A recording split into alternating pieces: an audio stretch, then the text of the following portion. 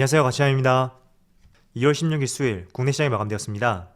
자, 오늘 정말 오랜만에 코스피, 코스닥 모두 급등이 나왔어요. 지금 보시면 코스피는 2%의 상승이 나왔고, 또 코스닥은 무려 4.5%의 급등이 나왔습니다. 제가 코스닥이 4.5%의 상승이 나온 것은 과거 2020년 이때쯤이었나요? 이런 구간에서 강한 상승이 나온 이후에 거의 처음으로 보는 것 같아요. 그래서 오늘 시장이 정말 강했었다고 생각이 되고, 또 분봉으로 보면 양시장 모두 갭상승으로 출발했었는데 그 갭을 메꾸지 않고 코스닥은 오히려 더 힘차게 올라갔고, 코스피도 오후장에 다시 한번 상승이 나오면서 오늘은 굉장히 힘이 강했던 시장이었던 것 같아요. 이슈에 대해서는 조금 뒤에서 한번 말씀을 드려보고, 자, 먼저 시가총액 상위 종목들을 살펴볼게요. 먼저 코스피. 자, 오늘 코스피는 포스코를 제외하고 정말 모든 종목이 빨간불과 함께 강한 상승을 보여주었죠. 특히 카카오 그룹주들 4% 이상의 급등이 나왔고, 어제 비교적 하락폭이 컸었던 SK하이닉스 오늘은 2.7%와 함께 다시 강세의 모습을 보여주었습니다. 물론 삼성전자도 상승이 나왔죠. 그리고 1페이지 외에 다른 종목들을 보더라도 대부분의 종목들이 게임 중인 NC소프트와 크래프톤을 제외하고 오늘은 시총 상위 종목들이 모두 강한 상승을 보여주었습니다. 그리고 코스닥.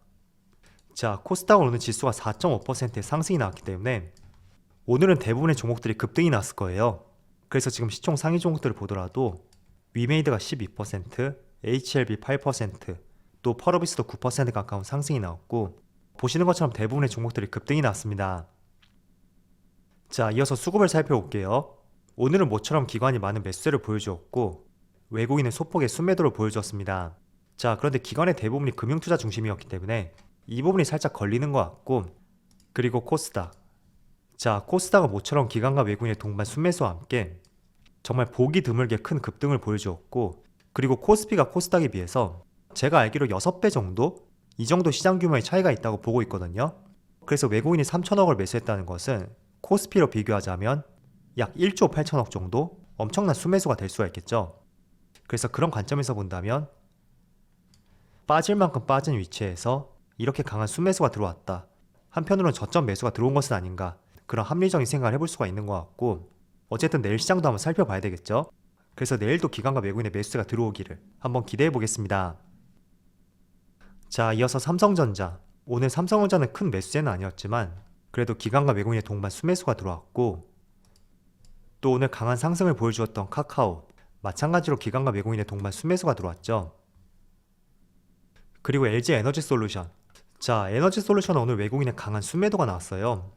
약 1,700억 규모의 순매도가 나왔고, 반대로 기관은 투신하고 연기금을 중심으로 오늘도 매수세를 보여주었네요. 그리고 어제 급락이 나왔었던 SK하이닉스. 오늘 급락분을 다 만회하지 못했지만 그래도 외국인이 다시 순매수를 보여주면서 어제 하락분을 많이 만회한 것 같죠. 자, 그럼 오늘 대부분의 종목들이 상승이 나왔을 텐데 그래도 기관과 외국인은 어떤 종목을 많이 매수했는지 같이 한번 살펴보도록 할게요.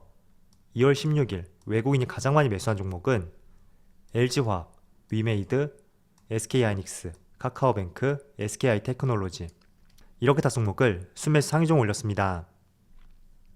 그리고 기관은 삼성전자, 카카오, LG에너지솔루션, 네이버, 펄어비스, 이렇게 다 종목을 순매수 상위종 올렸습니다.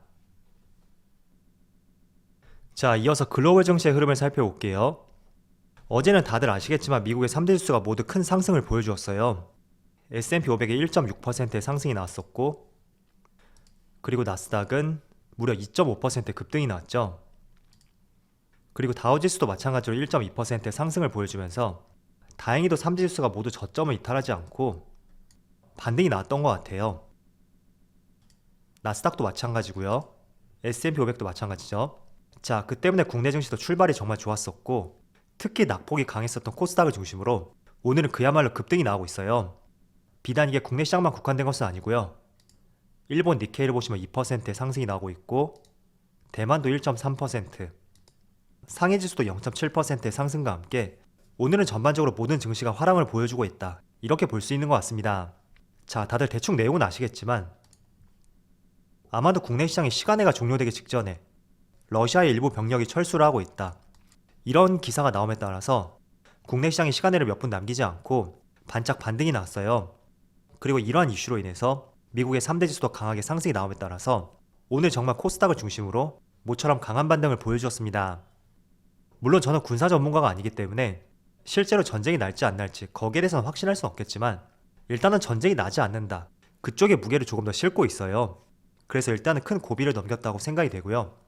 그렇지만 완전히 이슈가 사라지지 않은 만큼 분명히 추가적으로 증시의 상승을 방해할 수 있는 타이밍은 다시 한번 발생될 가능성도 있다고 저는 생각하고 있습니다. 그래서 지금 내용은 완전히 해결됐다고 볼 수는 없겠지만 일단은 큰 고비를 넘겼잖아요. 그래서 내일 새벽에 발표를 앞두고 있는 1월 FOMC 의사록 공개 시점만 지난다면 지금 시장의 상승을 방해했던 많은 불확실한 재료들, 그런 것들이 상당 부분 해결되는 만큼 지금은 철저하게 도망갈 구간이 아니라 다시는 오지 않을 저점 매수의 기회로서 항상 생각을 가져보시고요. 또 우리가 너무 불확실한 재료를 모두 다 확인하고 들어갈 때는 오히려 주가는 지금보다 높은 위치에 있을 가능성도 있겠죠. 그래서 지금 구간의 기회를 포착하되 조금은 과감해질 구간이다, 이런 말씀을 드리겠고, 저도 오늘 개장과 동시에 한 차례 또 크게 매수를 했었거든요. 물론 이게 지금부터 상승이 나온다고는 절대 저도 그렇게 생각하진 않거든요. 그렇지만 바닥을 다지는 시간으로서 2월달과 3월달을 활용해 볼 것이고, 본격적인 상승은 아무래도 2분기부터 나오지 않을까, 그런 판단을 하고 있습니다. 그래서 2월달하고 3월달은 항상 저점에서 매수할 수 있는 그런 시간으로서 한번 가져보시고요. 자, 그런데 정말로 만약에 금리를 인상하게 된다면 지금 소비자 물가지수가 7.5%거든요. 이게 떨어져야 되겠죠? 그런데 40년 만에 가파른 상승이 나왔던 만큼 이게 한 번에 금리를 인상한다고 해서 쉽게 잡히지 않을 가능성도 있습니다. 그래서 정말로 만약에 금리를 한두 차례 상승했음에도 불구하고 소비자 물가지수가 크게 잡히지가 않는다. 그럴 경우에는 물가는 물가대로 상승하고 또 금리도 상승하는 에그플레이션이 발생될 가능성도 있어요. 그래서 개인적으로 올해 시장을 전망해 본다면 지금 가장 최대 이슈가 금리 인상이죠.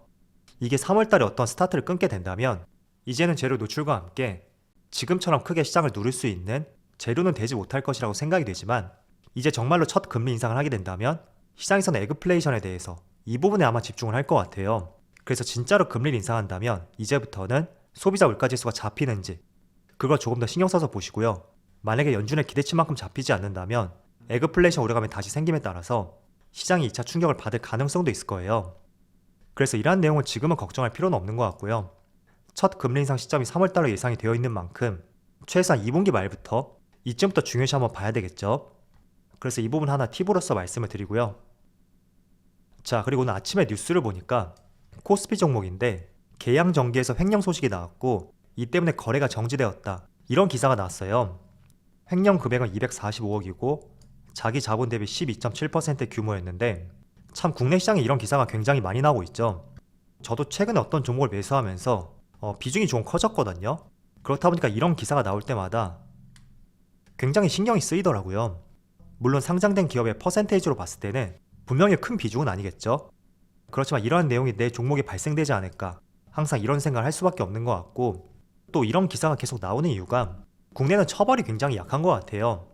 우리가 온전히 기업의 가치만 보고 투자하게 된다면 정말 마음 편하게 투자할 수가 있을 텐데, 오너들의 도덕적 해이라든지 또 이런 횡령 사태들, 그런 것은 전망을 할 수가 없단 말이죠. 그래서 정말로 무기징역에 준하는 그런 처벌이 내려져야지 이런 일들이 많이 줄어들지 않을까, 그런 생각이 들고, 또 같이 주식을 투자하는 입장에서 더 이상 이런 일들이 발생되지 않았으면 좋겠네요. 자, 며칠 전에 골드만삭스에서 만약에 한국이 2024년에 선진국 지수에 편입이 된다면 코스피가 최대 4,500포인트까지 갈 것이다, 이런 전망을 했어요. 실제로 골드만삭스에서 발행한 전략 보고서에 따르면 올해 6월달 이때 한국 증시가 선진국 지수 편입 검토 대상에 포함될 경우에 빠르면 2024년부터 선진국 지수에 편입될 가능성이 있다고 발표를 하였는데, 일단은 부합하는 기준도 있고 또 조금은 부합하지 않은 기준도 있거든요. 그래서 정말로 편입이 될 것이다, 그거는 지금으로서 장담할 수는 없겠죠. 그렇지만 실제로 심사를 하게 된다면 올해 6월 달에 검토 대상 목록에 포함될 수 있다고 했던 만큼 올해 6월 달까지는 몇 달 남지 않았단 말이죠. 그래서 국내 시장에 레벨업을 시킬 수 있는 이번 6월 달이 그런 시점이 되었으면 좋겠고요. 만약에 정말로 코스피 지수가 편입이 된다면 가장 크게 수혜를 볼 수 있는 것은 대형주예요. 왜냐하면 외국인과 기관들 입장에서도 중소형주로 포트를 구성할 수 없는 만큼 국내 시장을 매수한다, 그건 바로 대형주를 매수한다는 의미가 될 수가 있고, 그 중에서도 반도체 업종들이 가장 큰 포트를 구성할 수가 있겠죠. 그래서 섣불리 기대는 하지 마시고요. 일단은 6월달에 심사 대상이 포함되는지 그것부터 한번 보시고 기간이 많이 남아있는 만큼 하나의 좋은 가능성으로서 이러한 내용도 있다는 것을 알고 가신다면 좋을 것 같아요. 자, 우리가 주식을 투자하다 보면 항상 이런 생각을 하잖아요. 예를 들어 A란 종목이 지금 이 정도의 가격대에 설정이 되어 있는데 조금만 더 주가가 빠지면 그때 나는 저가 매수해야 되겠다, 그런 생각들을 가지는데 실제로 주가가 이렇게 급락하게 되면 선뜻 손이 나가지 않을 거예요. 반대로 이 종목이 주가가 크게 상승이 나오면 그때는 지금이라도 매수해야 되겠다, 그런 생각과 함께 덜컥 매수하는 경우가 있죠. 자, 저는 항상 말씀을 드리지만 주가의 하락이 그 기업의 실적과 연관이 있는지 그걸 먼저 생각해보고 그 기업의 실적과 무관한 재료로서 주가의 급락이 나왔을 때 그때는 과감하게 매수할 수 있는 그런 생각을 가져야 된다고 보고 있어요. 그래서 지금 시장이 조금 두렵다고 하더라도 주가의 하락으로 연결되었던 이슈는 첫 번째로 전쟁 이슈, 그리고 두 번째는 금리 인상, 이 두 가지 이슈였죠. 그런데 내가 보유한 종목이 기업의 실적은 양호하지만 이 두 가지 이슈로 인해서 주가의 하락이 나왔다. 그 경우에는 조금은 과감한 결단을 내릴 수 있는 생각을 가져보는 것도 빠르게 내가 수익을 낼 수 있는 하나의 방법이 될 수가 있어요. 물론 외부 변수로 주가가 더 떨어질 수도 있겠죠. 그래서 지금처럼 시장이 좋지 못한 상황에서는 모든 걸 쏟아붓고 한 번에 매수하는 것이 아니라 조금씩 저점에서 담아가자, 그런 생각과 함께 매수를 고민하는 것이 맞다고 보고 있어요. 그래서 우리가 우스갯소리로 이런 말을 하잖아요. 내가 매수하면 떨어지고 또 내가 매도하면 올라간다, 그런 이야기들이 나오고 있는데 조금은 신빙성 있는 얘기라고 저는 생각이 되거든요. 이런 구간에서 매도하는 이유는 공포심 때문이죠.